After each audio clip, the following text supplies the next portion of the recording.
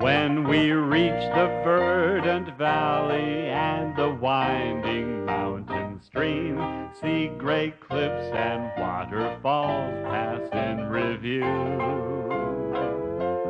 Find the skies by day all sunny and at night bedecked with stars, then we know that we are in Yosemite. Here in Yosemite, fair nature's wondrous gem, our hearts o'erflow with peace and joy and love. Each day from dawn till dawn, only the merry song is ever heard here in Yosemite. Well, here we are in the southern part of Yosemite National Park. We're in Wawona. I'm standing here with Ranger Jeff Lair. And Jeff, where are we right now? Well, we're standing right in front of the Pioneer Yosemite History Center.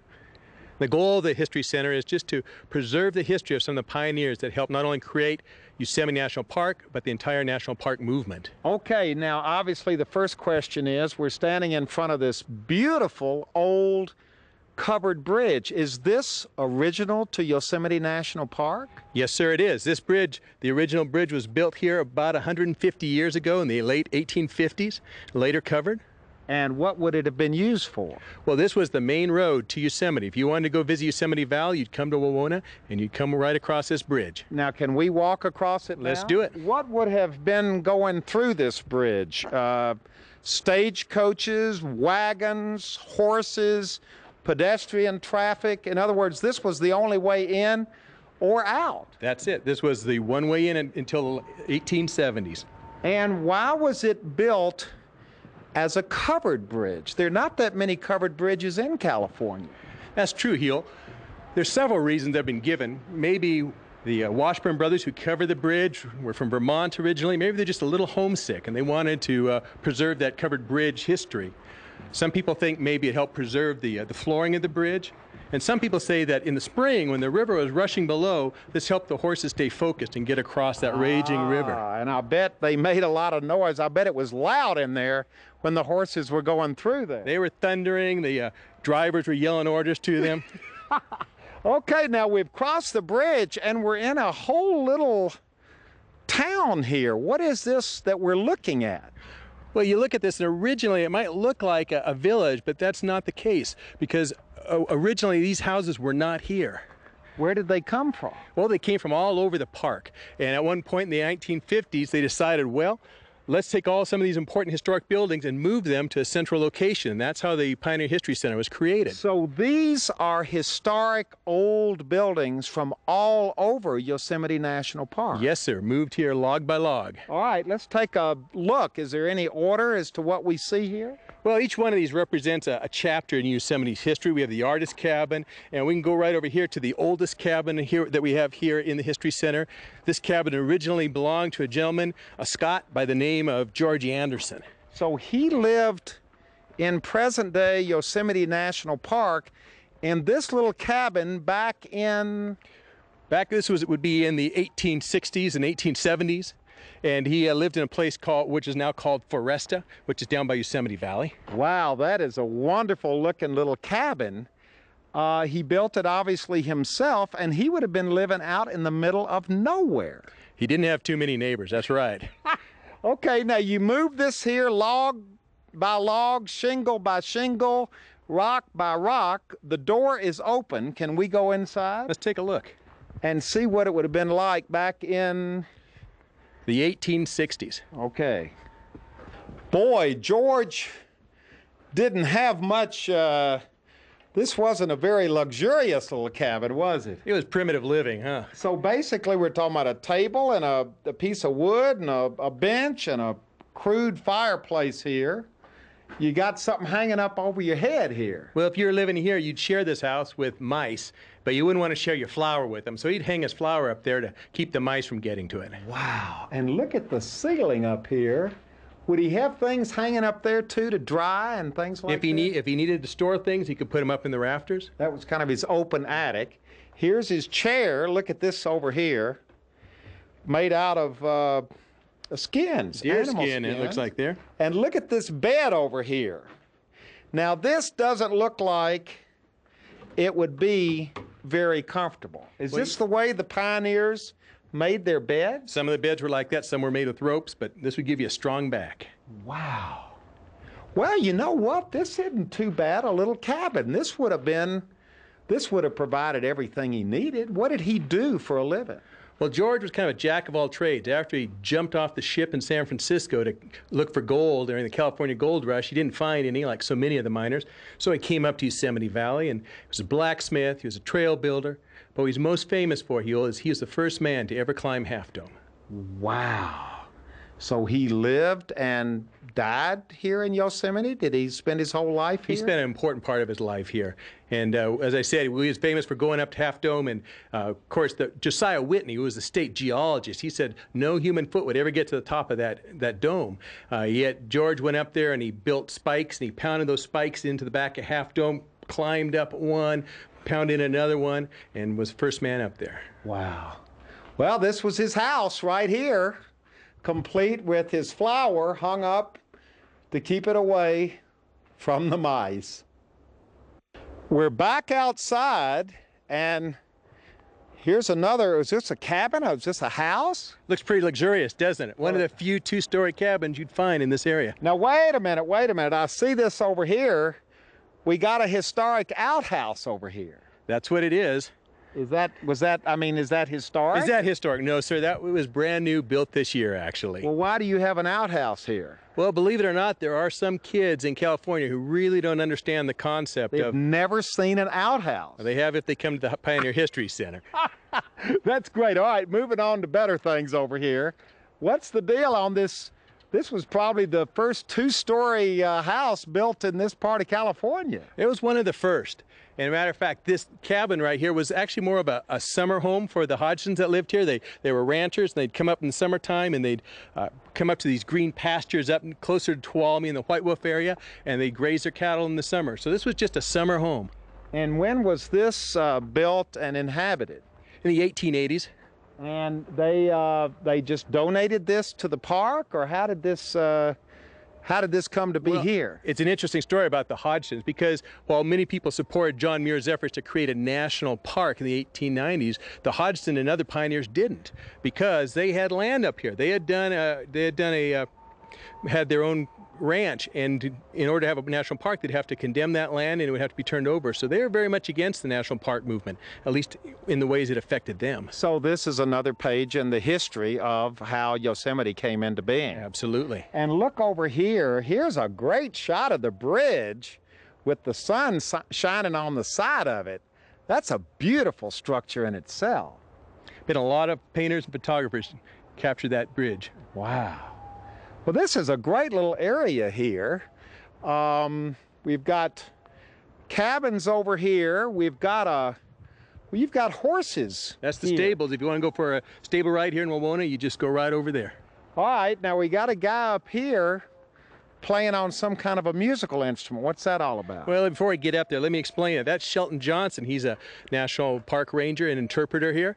But his specialty is to become a person doing living history. And we're lucky to have him here in the History Center today.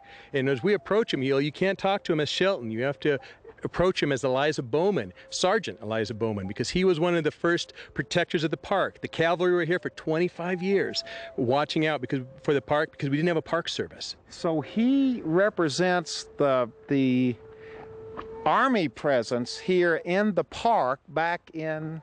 Began in 1891, but more importantly than that, Shelton is representing a hidden history of Yosemite, because until a few years ago when he did the research, we didn't realize that the famous Buffalo soldiers of the plains came over here and were actually part of the cavalry patrols. And how do we meet him? How do we introduce? I think you should just walk right up there and introduce yourself to him. But he's going to be a soldier back then. He'll be a soldier in 1902. Okay.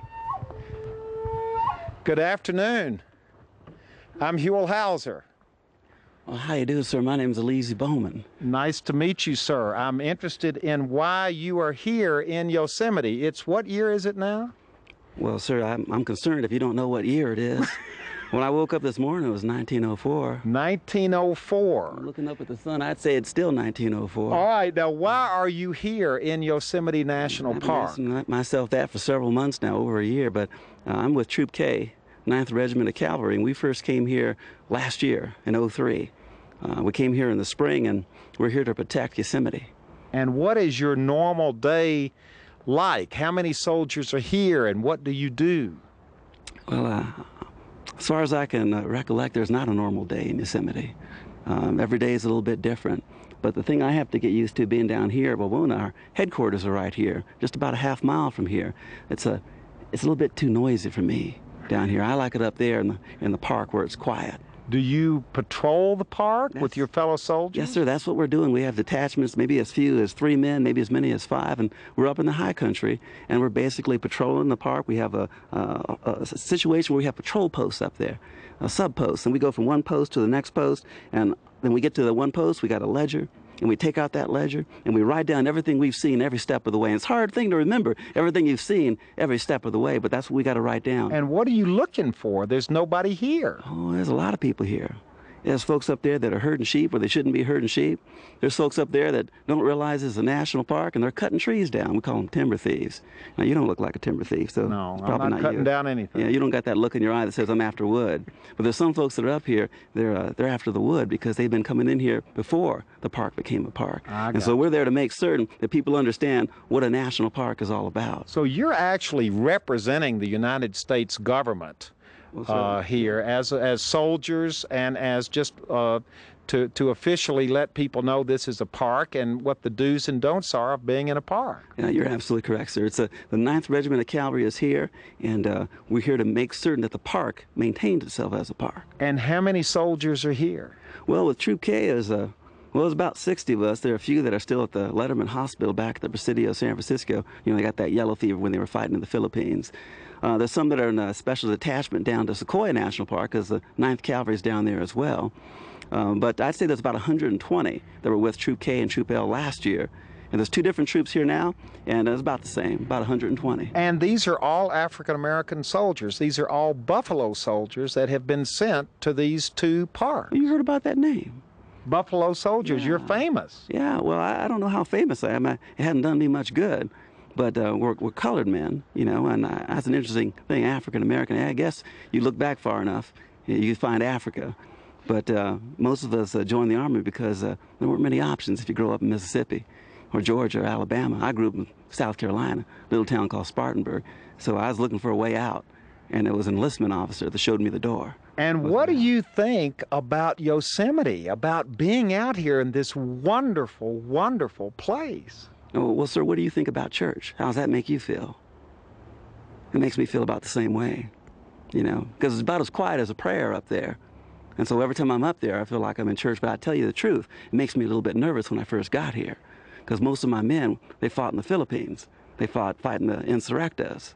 And when it was quiet like that in the Philippines, it was a quiet before a bullet hit you. Mm-hmm. And so the first few weeks we were up in the high country, most of my men, they're a bit nervous.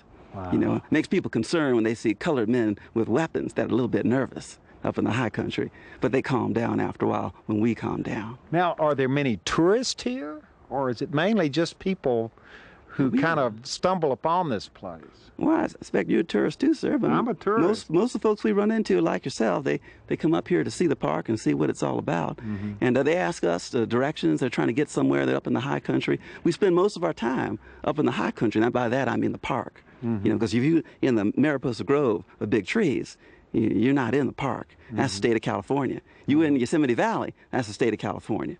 But when they're up in the park and we find them, everybody there looks that same sort of look. You know, same sort of look in their eye, like they've been looking for something all their life, and they found it up there. Yeah, just like you have. Oh, yeah. I tried to get away from something, but I never knew I'd find it here in California. Now, you were playing an instrument when we walked up. What is the story here? Oh, this is called a plains flute. Sometimes folks call it a cedar flute. And Sometimes folks call it a cedar flute. And I got this when I enlisted. I enlisted at Fort Robinson, Nebraska in '83, and I got it from a soldier with the 10th Cavalry. He's a real Buffalo soldier. He fought Indians. I was just doing mostly garrison duty, which is, you're a sentry. You're just looking out for trouble and hoping it don't find you. That's what I was doing. And he walked up to me and he said, "You look musical." I thought that was the funniest greeting I ever heard. And I said, "I look musical. That's the strangest greeting. You must be from Mississippi." And he was from Mississippi. And he said, "I want you to have this." I said, "I don't even know you. You going to give me this flute?" He said, I said, "Why are you going to do that?" He said, "I can't stand the sound of it." Now, that's when I knew he was from Mississippi. Because, give me something that's broken, And he said, "It's not that it's broken. It's that whenever he played it and it sounds something like this. It's really sad like this.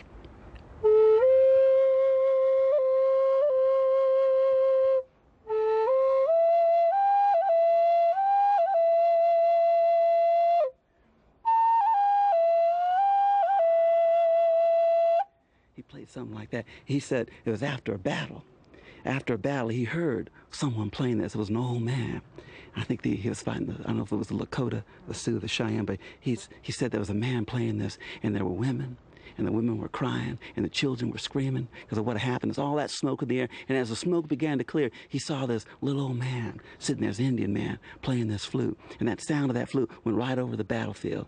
And so whenever he played it, it took him back. And I don't know if you've ever been a soldier, but if you've been in a battle, you don't want some things to take you back there. Some places you weren't meant to go back to.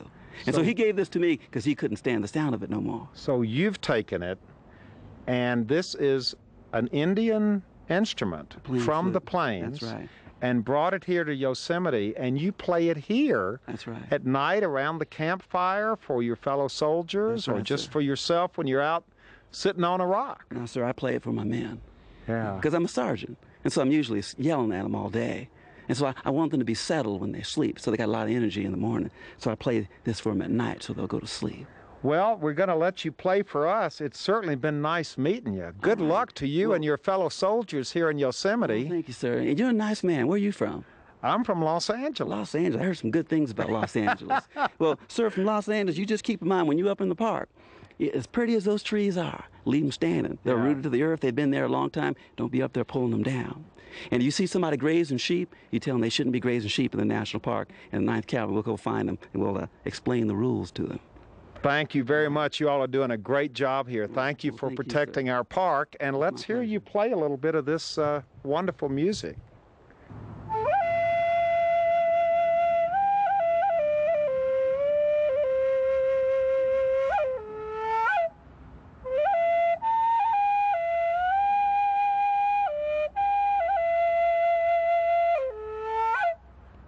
Wow, that was certainly interesting.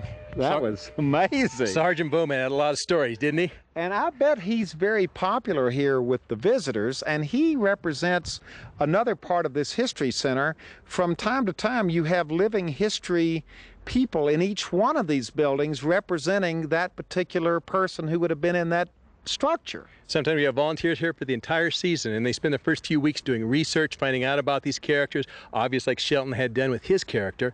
And then for the rest of the summer, the visitors come in and they interact just, well, like Shelton did with you. Yeah.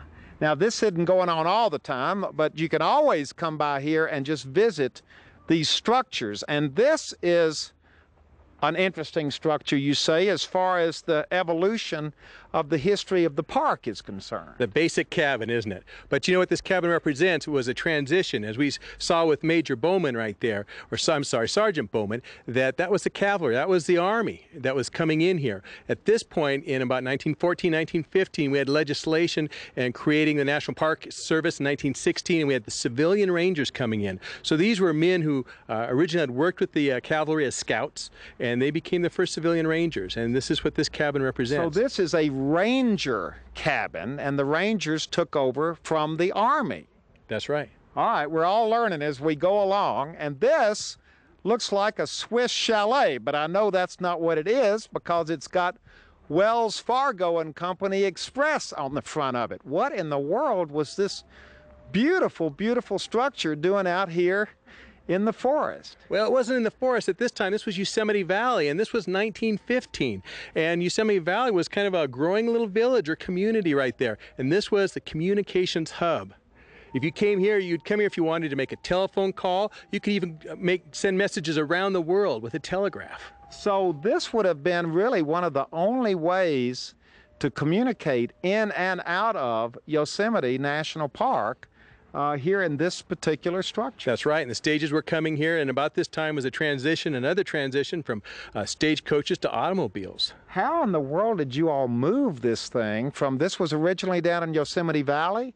How did you move this? This looks like a very complicated move to me. Well, every building had its own challenges. With this particular building right here, it was more or less sawed in half, and it was squeezed together because they had to get it through those tunnels that go through the mountains here at Yosemite. Wow, this is absolutely beautiful. In fact, this whole village is beautiful here, a village that's not really a village, but a collection of structures from all over the park representing different chapters in the park's history. That's right. So what we have here is a timeline.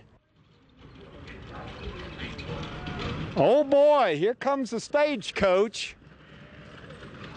And he's making pretty good time too. Good afternoon. I'm Huell Hauser. What's your name? Burlmeyer. Well, tell us about this, what this represents here. Well, this is a California mud wagon at Yosemite Park. There's two kinds of stages. This is called the mud wagon style. If you notice, there's no sides on it.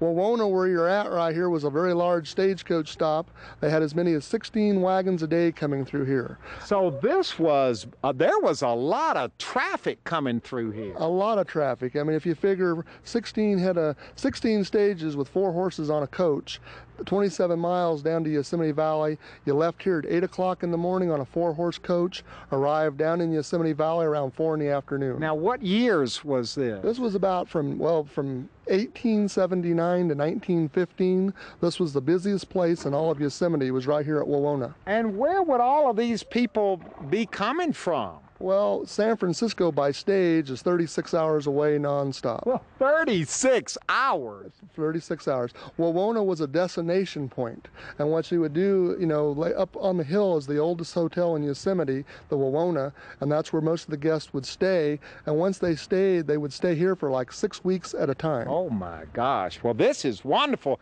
Can we ride with you on this for a minute? This is, you give rides to tourists who come here for the History Center. All the general public, lots of them. I mean, I'll tell you what, on a daily basis, the visitor gets to take a ride how it would have been. We could be taken out of an early California book, Yosemite Stage book, 1915. This is how it would have been. The way I look, the way the wagon looks, the harness on the horses, everything. Now, you don't give any 36-day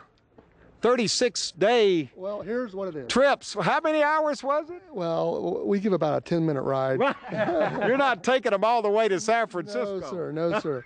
But I'll tell you what, the year I represent is 1915. I'm a stage driver. I make $40 a month. I take a bath once a week, and I drink a lot. Well, from the smell of things, it's either your horses or it's time for you to take a bath. Well, I think it might be Saturday coming up quick. I think so. Thank you very much, Ranger. This has been absolutely great. The name of this place again is? You're at the Pioneer Yosemite History Center. And it's open for people to come and enjoy, just like we have today. And we've got to give credit where credit is due, because, Jerry, you represent the Yosemite Fund. Right. And tell us just a little bit about the fund and what you've done here. The Yosemite Fund is a private foundation that raises money for projects in the park that are above and beyond what the federal government can do.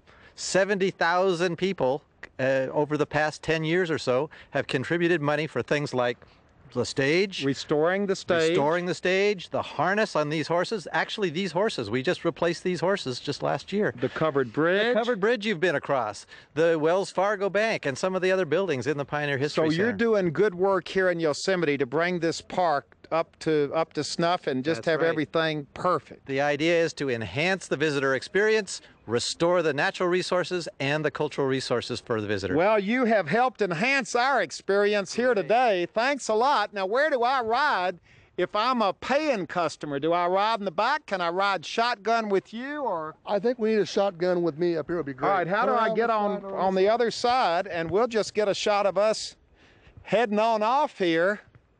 Right up the wheel, right up the hub. And Oh, you come right up the hub. There you go. You've done this before. Yes, I have. There you go. Wow, this is great. Now, what year is this? 1915. And this is called a Yosemite mud wagon. And when it pulled into Wawona from somewhere like San Francisco, it would be loaded. With tourists, with passengers ready for a great Yosemite experience. You bet. They get the experience of the whole experience. I mean, the experience that they got then is the same that they have now, is experiencing Yosemite. All right, we're heading off. Here we go. All aboard.